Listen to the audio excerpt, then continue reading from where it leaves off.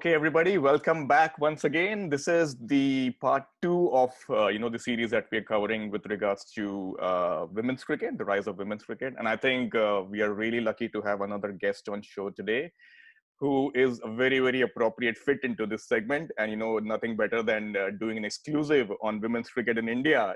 We have the CEO and founder of Female Cricket. So Vishal Yadav. Hi, Vishal. Hello, Venu. Thank you so much for the lovely introduction. Yeah. So Vishal runs his cricket website called Female Cricket. And, it's an exclusive on women's cricket. And I think it's commendable, Vishal, the job that you're doing, because it's something which requires a lot of personalized time and attention. And, given True. the fact how women's cricket has risen over the years. And that's the reason why we're Yeah, doing the show as well, right? absolutely. So welcome on board. Thank you. Thank Yep. you. Awesome. So you're based out of Mumbai, right, Vishal? Yes. Born Amazing. and brought up in Mumbai. Amazing. I've So seen a lot of Mumbai. what's your story like? How did female cricket come about? Again, it's a long story, but to keep it short, Mm-hmm. again, like every second kid in India, Mm-hmm. I always wanted to be a cricketer. Mm-hmm. But unfortunately for me, I was also good with studies. Mm-hmm. Uh, so the general tendency, the general mindset of the parents, the Indian parents is to पहले education complete कर ले, पहले पढ़ाई complete कर ले, and then you pursue anything and everything else. So again, in my case also, my parents, when I told them about my love for cricket and that I want to get into professional cricket, uh, they told me that you first complete your studies, and then after that, in case if you still have that passion, you could probably join an academy and start your pursuits there. Uh, but what happened was I completed my 10th, my boards, and then I did my graduation. And the cricket soon after it took the backstage, Mm-hmm. and never actually got to play the professional cricket. But the heart, the mind was always there. Mm-hmm. 2011, the when the men's World Cup happened and India won the World Cup, Mm-hmm. and I actually witnessed, the humongous, the change, the revolution it brought, and that was the time when I was growing with cricket.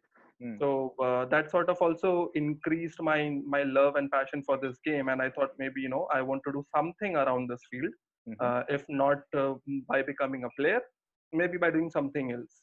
Yep. So I completed my graduation, and soon after I started interacting with a lot of cricket players through Facebook, through Twitter. It was quite popular back then, and most of the cricketers were on Facebook, Yep. and they were quite accessible.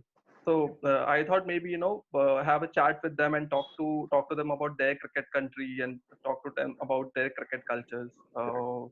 And everybody around me, around my the friend circle, were talking about the test playing nations, primarily India, Pakistan, Australia, New Zealand. Mm-hmm. And to my surprise, I went to this website, ICC website, and I got to know that there are 105 countries which play cricket.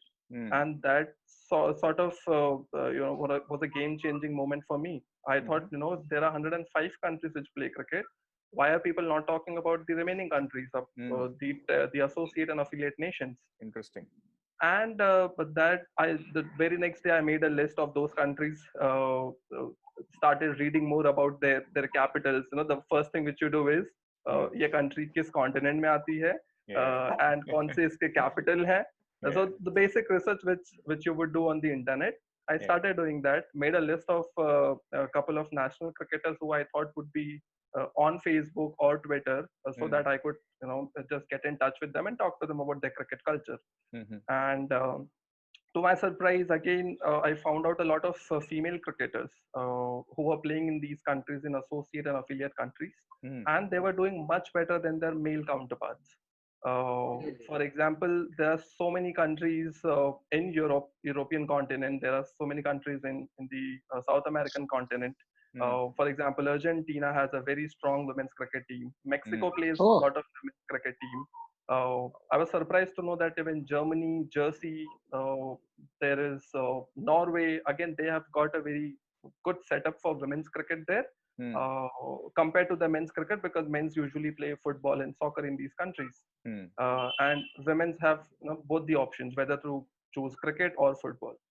So that sort of was a game changing moment. I thought, if female cricketers are like so prominent in these countries and nobody is talking about it, maybe I should do something about it. Very interesting. And forget about associate and affiliate nations. I then Yep. thought about Indian cricket. Yep. We were all talking about MS Dhoni, Sachin Tendulkar, the legends of Indian cricket. Mm. But I hardly knew the names of all the female cricketers from the Indian team. Hardly Mithali Raj, Jhulan Goswami, Anjum Mm. Chopra were a couple of Mm. names that came to my mind. But apart from that, even I had like zero knowledge about Indian women's cricket. It was 2015, and Mhm. it was the World Cup moment, the 2015 World Cup. Yep. Uh, and I decided, I thought to myself, this is an area which is left behind, which Yep. needs sort of some attention. Yep. And I came from an IT background. I knew I had few knowledge about social media handling and website management. So I thought Yep. maybe let's start from scratch and let's see where it goes. The idea Yep. was very simple: Yep. have stories from these countries Yep. and put it online, and let people talk about their cricket cultures.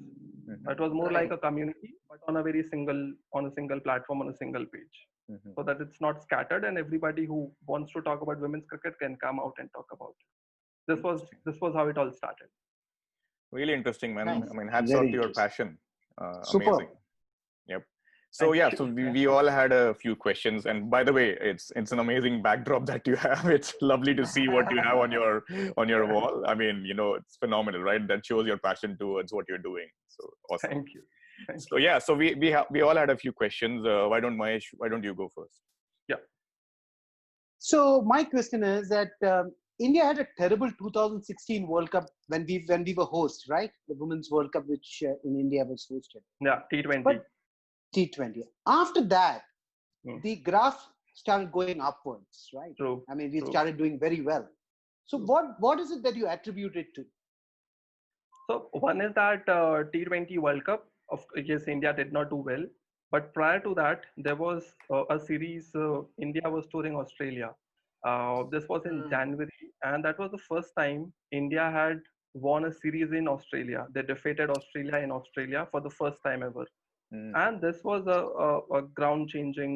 This was a game changing moment from the Indian perspective. And again, these were T20 matches that India had defeated them. Mhm. uh, that I think brought a lot of eyeballs from the media and from the cricketing fraternity, Mm. that this team has the capability for sure. By this time, India had improved a lot in their fielding standards, which was Mm. always criticized and always talked about. Mhm. But in this particular tour, India did pretty well in all the departments, and they defeated Australia. Uh, Again, in the World Cup, we did not do well. We did not fare well. But after the World Cup, again, people started, talking about the next year's World Cup, which was going to be a game changing for two reasons. One, because it was in England, and it was coming after 4 years. And secondly, it was speculated that Mithali and Jhulan Goswami will be playing their last World Cup. Mm. So it was special in all terms. Mm. So people, again, the girls started sort of giving their 100 to 100% Mm. as to so as to make this World Cup even special for these two legends who has served women's cricket for over 15 Yeah. 20 years now. Yeah. True. So there like so many reasons why women's cricket took off from 2016. Yeah. One of course is there is the amount of matches, the number of matches increased after 2016 Yep. after the 2016 T20 World Cup. Yep. Team India also realized that there are so many areas that they want to sort of improve on, Yep. because the World Cup, the T20 World Cup was sort of gave them a reality check as to which are the areas they need to improve on. Agreed. I think that And then, the 2017 finals that you spoke about, such a heartbreak moment, man. I mean, we were, yeah, it yeah, yeah, was. I mean, we all talk about how our men's team has performed, but yeah, that to me was a defining moment because I really thought we would be making it that day. It was It was But- actually a case of so near yet so yet so far. far. Exactly. Yeah. Absolutely. yeah, yeah. Yeah. Sorry, you were Nine, saying something. Yeah. yeah. So again, so the girls again they started backing themselves and started to work on the Mm. areas which Mm. they sort of felt that was lacking behind in the 2016 World Cup, Mm. and all focus was again on the main World Cup, the 2017. Mm. And we also the team how it fared in the 2017, right from the first game. going to the semi-finals when Harmanpreet Kaur 171, the defining moment in Indian women's Amazing cricket. innings. Amazing innings. Yeah, Absolutely. For me, again, if you ask me, that particular knock actually changed everything for women's cricket. Yes. Had had not been for Harmanpreet Kaur's 171, things would have still been at a very slow pace, and the media, mainstream media, would have still not cared to given them enough importance. But because that 171 happened, in that fashion it happened, it was such a great stage, semi-final game, and you defeat Australia. I think that was a defining moment. That kind of reminded me that knock, I could equate it easily to any of Virender Sehwag or Yuvraj Singh's knocks, right, against Australia in those big games. It was such brute power as well as combined with amazing timing. And, the way she handled herself in that innings, it didn't look like she's going to get out, right? It was phenomenal. True. Awesome. Yogesh, what's your, sorry. Yeah, go ahead. So, Go ahead. in that sense, was that... Yeah. So you're saying something, Vishal. Sorry, let him finish, Yogesh, maybe. I was saying that, her fingers were injured throughout the tournament. She was struggling with the finger. But still, to have that sort of composure and to sort of maintain her calm in that situation, and to bat alongside Jyoti Sharma, who was another, young talent who was hardly seen any cricket back then. But to sort of lead the way she did, I think it was brilliant. Awesome. Yep. So would you compare that 171 with Kapil Paji's 175 and the way it changed Indian cricket, so to speak? See, one is that I have not seen Paji's 175. Not many. Nobody has. Nobody's seen it. And I have not read also much about that particular knock. All I know that the 83 World Cup was very special from the Indians' perspective. And I also know that the 2011 World Cup for me, because that was the time when I was actually getting involved in cricket. So for me, again, 2011 holds a lot of importance, the Men's World Cup. Again, yes, the experts, the cricket pundits have come out and on the records, and they have said that it was as good as Kapil Paji's knock in the 83 World Cup, and they did compare. And I don't have anything to say on that, but all I can say that yes, it was a game-changing moment for the Indian cricket. Interesting. Amazing. I think, Yogesh, you should ask the same question to him as well, what we asked you, Mandira, regarding the mixed thing, right? That's an interesting point. Yeah, so for instance, knowing how much women's cricket has improved now, right? Yeah. Do you think it might be a good idea for ICC and BCCI to actually experiment with having a mixed kind of a team? You got 5 or 6 men and then, 5 or 6 women playing together as a team against sort of, a mixed sort of a competition, just as a showcase of how strong this talent base is now. So again, I have 2 thoughts on this, Mahesh. Again, I am pro to this thought, and I'm also against to this thought. I'll give my viewpoints to both the pointers. The reason why I'm pro to this is because this will surely bring a lot of media attention. This will give a lot of perspectives to the Indian women's cricket team, because they'll be rubbing their shoulders with the greats, Virat Kohli, Rohit Sharma, MS Dhoni. So from the promotional point of view, it will bring a lot of laurels to the Indian women's cricket team. The second point why I'm against to this is because there's so much that still needs to be done at the grassroots level. Right.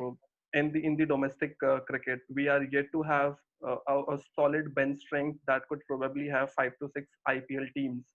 And that is the reason why BCCI hasn't formed a solid women's IPL so that was actually my follow-up question to this, honestly, regarding having a women's IPL. So now you already answered it. Okay.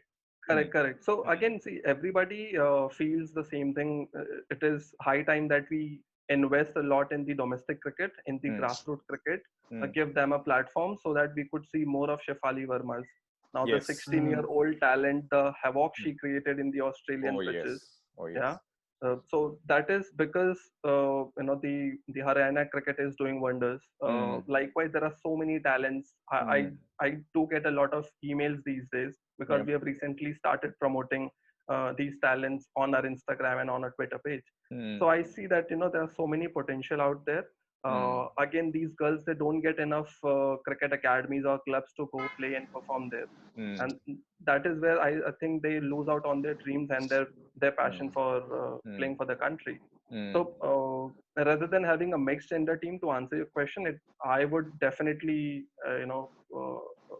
be of an opinion that we first invest a lot in the domestic cricket, have give them a platform so that they could play more competitive cricket, and then sort of invest in having a mixed gender match. So this was this was more from a promotional point of view, as you rightly said. This wasn't. I mean, this idea isn't sort of to say just like in Wimbledon, as we have mixed doubles as a common feature, not as a common feature, but something that really gets a common cricket fan excited about the women's cricket.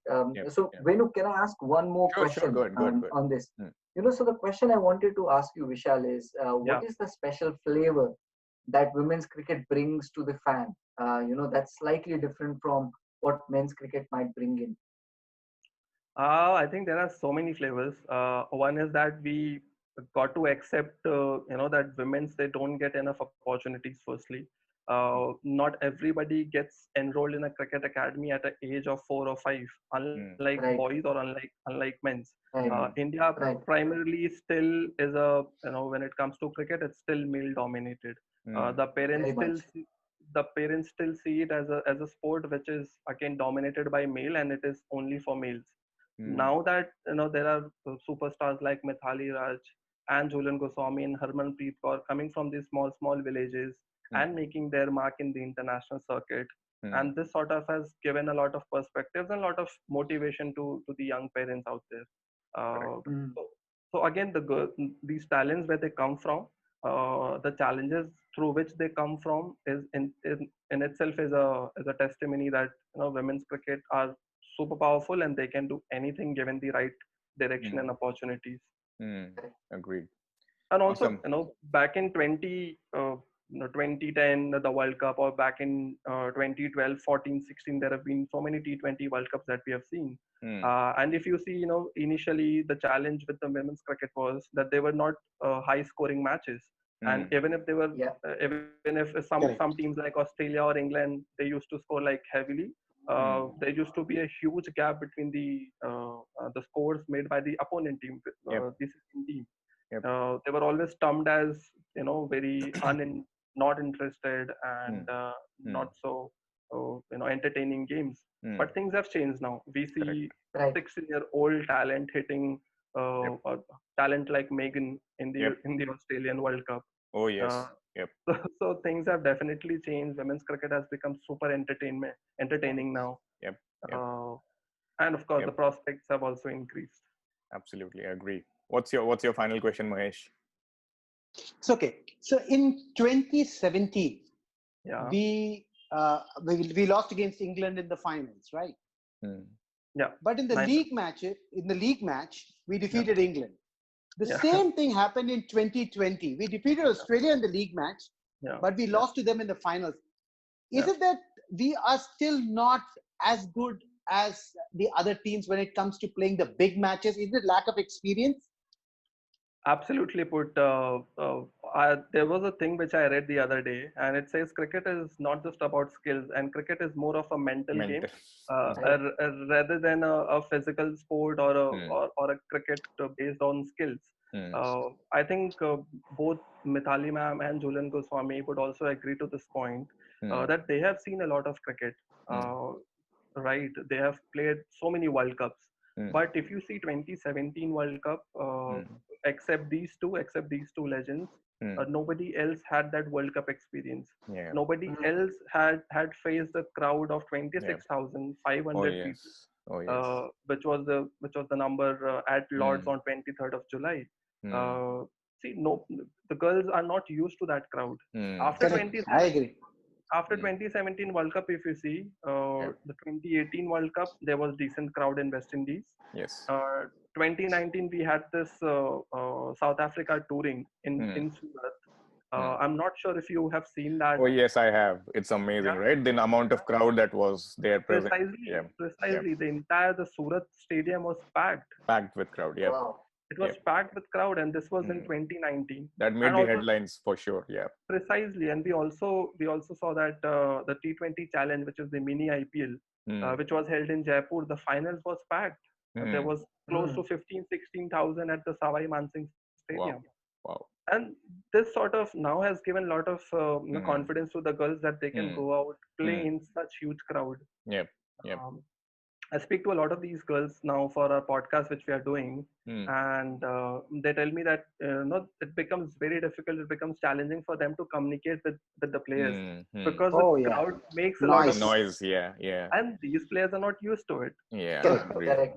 Yeah. So again, everything comes out of experience. Reasoned by Mithali Raj or Julian Goswami or Australian player for that matter, be it Ellie Perry or Meg Lanning. The reason why they are able to hold on to that situation is because they are far better experienced players and they know how to handle their emotions well.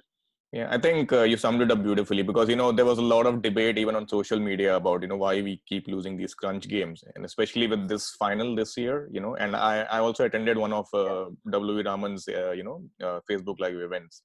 And, what people tend to forget is, imagine being a Shefali Verma, a 16-year-old kid, Have you ever even played in front of 100 people, and she was playing in front of 86,000 in an MCG environment, which is more like, you get overawed. I think you get overawed. It's claustrophobic, right? Sometimes when you walk out, when you see so many people around, right? Imagine being a 16-year-old kid, have you even thought about doing something like that in your school life, right? So exactly.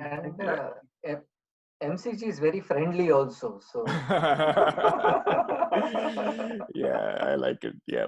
So I think also, a lot of credit needs to be given to the way, W.V. Raman also handled that team.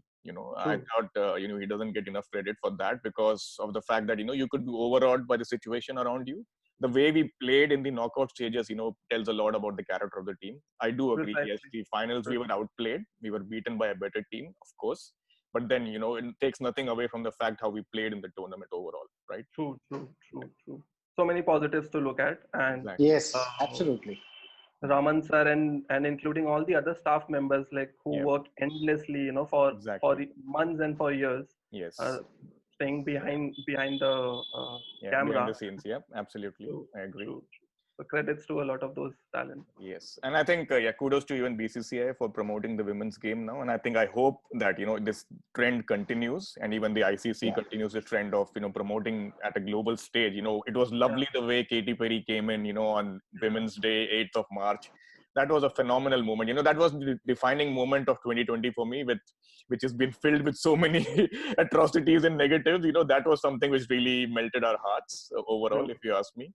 Absolutely. So on that note, thank you, Vishal. We really enjoyed this chat, and this was an amazing experience to hear some stories from your side. And thank you, Vishal. Yeah, I would really like to wish you the very best with your initiative. I think that's something which is very novel initiative that you've started, and I really hope that it succeeds, and we get to see the women's game on a different level altogether. Definitely. Thank you, Venu, for having me on. Thanks a lot, Vishal. Appreciate it. Cheers. Thanks so much. Thank you. Bye-bye. Yeah. Bye-bye.